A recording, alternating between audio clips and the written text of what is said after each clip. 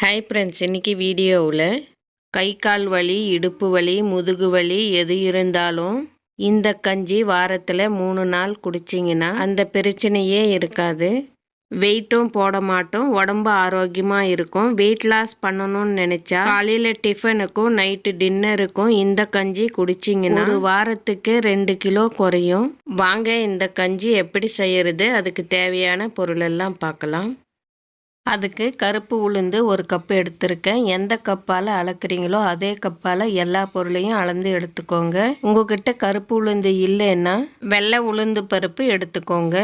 அடுப்பில் ஒரு பாத்திரம் வச்சு தோல் எடுக்காத உளுத்தம்பருப்பு சேர்த்து அடுப்பு தீ மீடியமாக வச்சு வறுத்து எடுத்துக்கோங்க.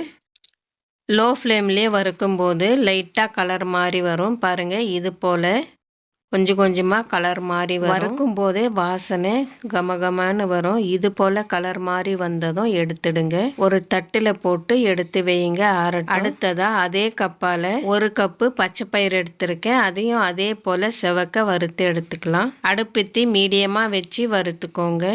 கைவிடாமல் கலந்து கொடுங்க. அப்போ தான் ஈவனாக கலர் வரும், ஒன்று போல் வறுபட்டு வரும். அதுக்காக விட்டு விட்டு கலந்து கொடுத்தீங்கன்னா பாதி வறுபடும் பாதி வறுபடாது. கைவிடாமல் கலந்து கொடுக்கும்போது ஈவனா கலர் வரும் பாருங்க. இந்த மாதிரி கலர் வரும். இன்னமும் செவந்து வரணும் பாருங்க. இது போல செவந்து வந்ததும் எடுத்துடுங்க.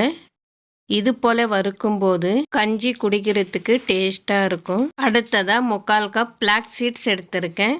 இதையும் அதே போல தான் மீடியமான தீயில வறுத்து எடுத்துக்கோங்க. ஆலிவ் விதையில ஏகப்பட்ட சத்து இருக்குங்க. புரோட்டீன், கால்சியம், நார் சத்து, இது போல நம்ம உடம்புக்கு தேவையான எல்லா சத்தும் நிறைஞ்சு இருக்கு. ஆலிவ் விதைய தலைவலி, கை கால் வலி, முதுகு வலி, இடுப்பு வலி, இது போல எந்த வலியா இருந்தாலும் சரியாகும். இது போல சிறுதானிய கஞ்சி செய்யும் போது இது கூட சேர்த்து எடுத்துக்கோங்க. மீடியம் ஃப்ளேம்லேயே வறுத்து இது போல் நல்லா பொரி போல் பொரிஞ்சு வரும். இது போல் பொரிஞ்சு வந்ததும் எடுத்துடுங்க. அடுத்ததாக 1 கப்பு பார்லி அரிசி எடுத்திருக்கேன். பார்லி அரிசி வறுக்கும்போது மீடியம் லோ ஃப்ளேம்லேயே வறுத்துக்கோங்க. பார்லி அரிசி சீக்கிரமாக வறுபடாது. லோ ஃப்ளேம்லேயே வறுத்து கொடுத்தீங்கன்னா தான் நல்லா வறுபட்டு வரும். ஹை ஃப்ளேமில் வறுத்தீங்கன்னா சரியாக வறுபடாது. மிக்சியில் போட்டு அரைக்கும் போதும் சரியாக அரைப்படாது. அதுக்காக லோ ஃப்ளேம்லேயே வச்சு வறுத்துக்கோங்க. பார்லி அரிசி சேர்த்து கஞ்சி காசி குடிக்கும்போது நம்ம உடம்புல இருக்கிற தேவையில்லாத நச்சுக்கள் எல்லாம் வெளியேற்றும். கை கால் வலி, முதுகு வலி, இடுப்பு வலி எல்லாம் சரியாகும். டெய்லி காலையில் இந்த கஞ்சி எடுத்துக்கோங்க. இது போல் வறுபட்டதும் எடுத்துடலாம். அடுத்ததாக கம்பு எடுத்துருக்கேன். அதே கப்பால் 2 கப்பு கம்பு அளந்து வச்சுருக்கேன். சேர்த்து வறுத்து எடுத்துக்கலாம்.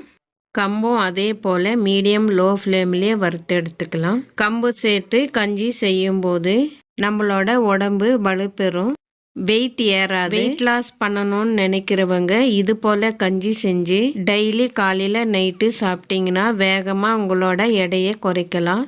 இது போல் மீடியம் ஃப்ளேம்லேயே வறுத்து கலர் மாதிரி வந்ததும் எடுத்து ஒரு தட்டில் போட்டு ஆற வையுங்க.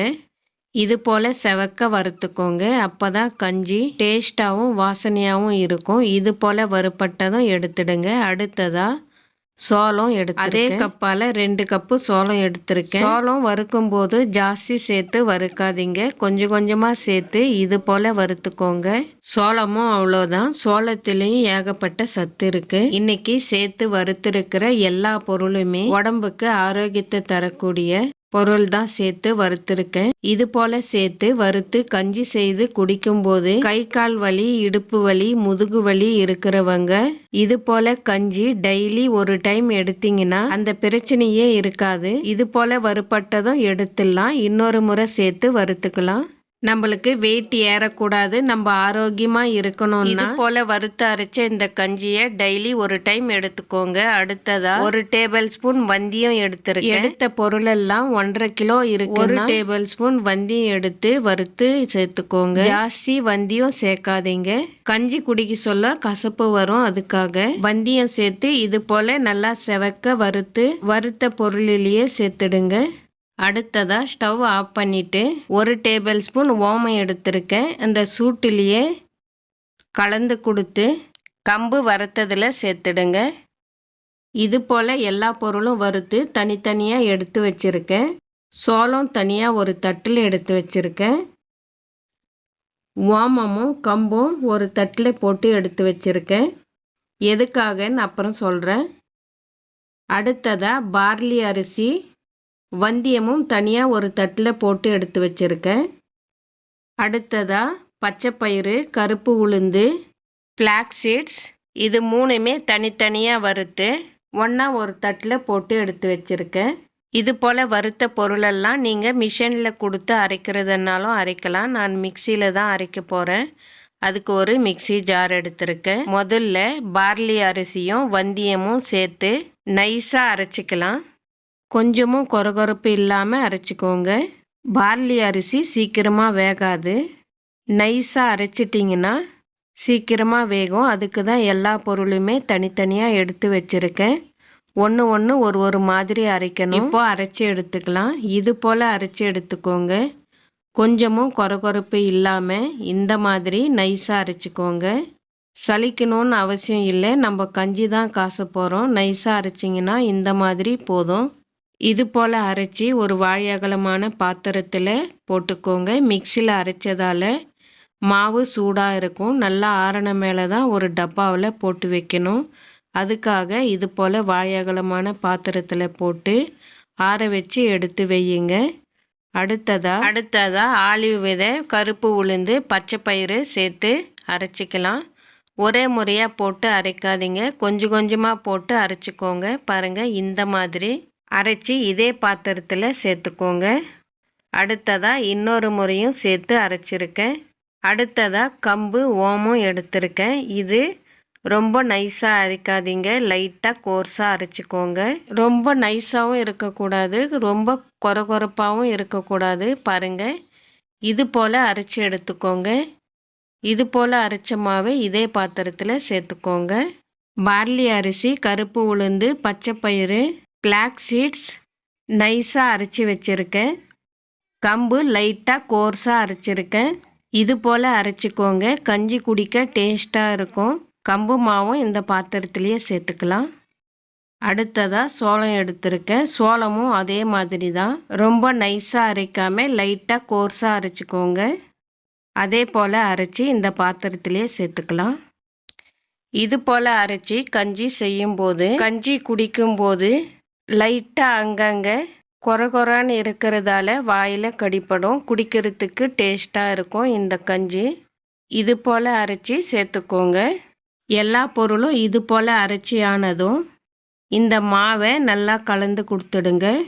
ஒன்றோட ஒன்று உறவாடுற மாதிரி நல்லா இது போல் கலந்து கொடுத்துட்டு மாவு ஆறட்டுன்னு ஒரு டப்பாவில் எடுத்து போட்டு வச்சிட்டிங்கன்னா 3 மாதம் வரைக்கும் நல்லா இருக்கும். ஃப்ளாக்ஸ் சீட் சேர்த்து இருக்கிறதால 3 மாதத்துக்கு மேலே நல்லா இருக்காது. மாவு புளிச்ச மாதிரி ஆகிடும். இது போல் அரைச்சிங்கன்னா ஃப்ளாக்ஸ் சீட் சேர்க்காம இருந்தீங்கன்னா 6 மாதம் ஆனாலும் கெட்டு போகாது. ஃப்ளாக்ஸ் சீட் சேர்த்து இருக்கிறதால 3 மாதத்துலேயே காலி பண்ணிடுங்க.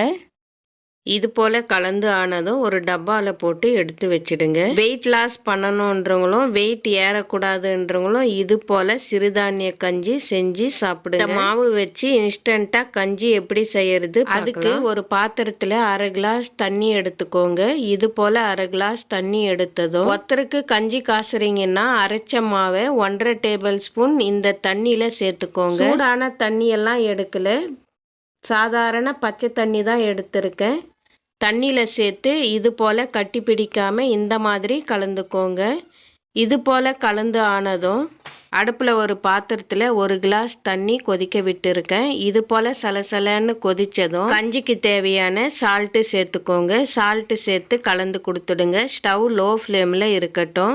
அடுத்ததாக கலந்து வச்ச மாவை கொதிக்கிற தண்ணியில் கொஞ்சம் கொஞ்சமாக இது போல் ஊற்றி கலந்து கொடுத்துடுங்க. கட்டி பிடிக்காமல் இருக்கும். அதுக்காக இது போல் கலந்து ஆனதும் ரொம்ப நேரம் கொதிக்கணும்னு அவசியம் இல்லை.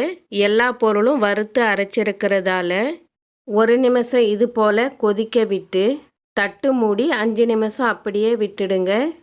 5 நிமிஷம் விட்டு பார்த்தீங்கன்னா கஞ்சி இது போல் சூப்பராக ரெடியாக இருக்கும்.